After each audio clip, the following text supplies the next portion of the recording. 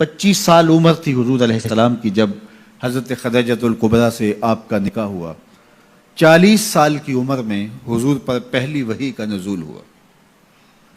15 برس کا ایک عرصہ حضرت خدیجۃ الکبریٰ رضی اللہ تعالیٰ عنہا حضور کے ساتھ بسر کر چکی تھی۔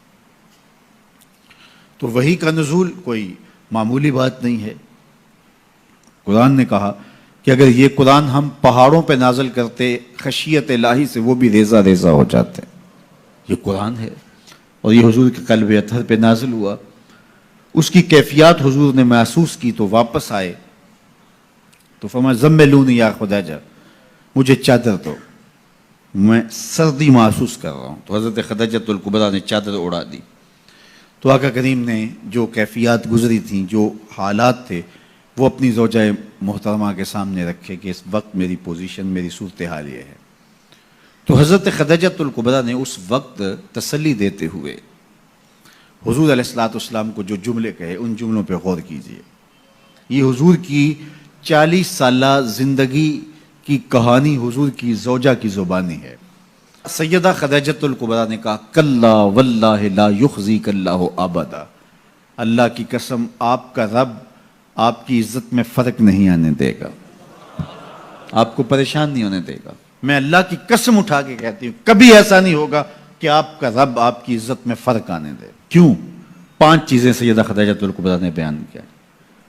فرمایا انک لتصل الرحم، ایک تو آپ صلہ رحمی کرتے ہیں۔ دوسری بات ارشاد فرمائی وتحمل الکلہ، جن کا کوئی بوجھ اٹھانے والا نہیں اس کا بوجھ آپ اٹھاتے ہیں۔ تیسری بات وتکسب المعدوم، اور جن کا کوئی کمانے والا نہیں ہے اس کے کفیل آپ ہیں۔ وتقری الضیف، اور لوگوں کی مہمان نوازی کرتے ہیں۔ اور 5ویں چیز وتعین علی نوائب الحق، راہ حق کے اندر مصیبت زدہ لوگوں کو جو تکلیفیں پہنچتی ہیں آپ ان کے ساتھ کھڑے ہوتے ہیں، ان کی مدد کرتے ہیں۔ تو یہ 5 وصف حضور کے گنوائے اعلان نبوت سے قبل جو حضور کی زندگی ہے۔ تو اب اس زندگی کا آپ عکس دیکھ سکتے ہیں، یہ آئینہ ہے جو سامنے رکھا حضرت خدیجۃ الکبریٰ رضی اللہ تعالیٰ عنہا نے۔ 5 چیزیں، انک لتصل الرحم، آپ صلہ رحمی کرتے ہیں۔ رشتہ داروں کے رویے تلخ کیوں نہ ہوں لیکن آپ کا رویہ خوبصورت ہوتا ہے۔ ابو لہب نے کیا کچھ نہیں کیا ہے، رشتے میں سکا چچا لگتا تھا، جو اذیتیں پہنچائی، جو تکلیفیں دی، تو حضور علیہ السلام میں بطور رشتہ داری اس کو کوئی ایسی بات نہیں کی۔ اس کے کفر کی وجہ سے اس کے اوپر وہ بال پڑا، وہ ایک امر آخر۔ اور پھر لوگوں کے ساتھ جو رویے، حسن سلوک میرے اور آپ کے آقا مولا نے روا رکھا۔ قریش نے جو حضور کے خاندان کے لوگ تھے کیا سلوک کیا، لیکن فتح مکہ کے بعد جب حضور پلٹ کے آئے تو آقا کریم علیہ السلام جس فاتحانہ شان سے داخل ہوئے تو ان کو یہ تھا کہ ہمیں قتل کر دیا جائے گا۔ آقا کریم علیہ السلام تشریف لائے، سب کو جمع کیا، قریش جمع تھے۔ تو آقا کریم علیہ السلام نے فرمایا کہ بتاؤ میں تمہارے ساتھ کیا سلوک کروں، تم ہی بتاؤ۔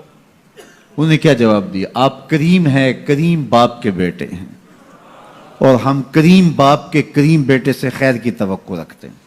اور ان کو یہ تھا کہ بس اتنی سہولت مل جائے کہ ہمیں قتل نہ کیا جائے اور ہمیں چاہے شہر سے نکال لیا جائے، اور اس کے لیے وہ تیار تھے۔ تو اس لیے انہوں نے کہا آپ کریم ہیں، کریم باپ کے بیٹے ہیں۔ تو حضور علیہ السلام نے فرمایا اذهبوا انتم الطلقاء لا تثریب علیکم اليوم، جاؤ چلے جاؤ، آج تم سے میں وہی کہوں گا جو میرے بھائی یوسف نے اپنے بھائیوں سے کہا تھا۔ تو ان کی آنکھیں کھلی کی کھلی رہ گئیں، کیا یہ منظر ہونے والا تھا؟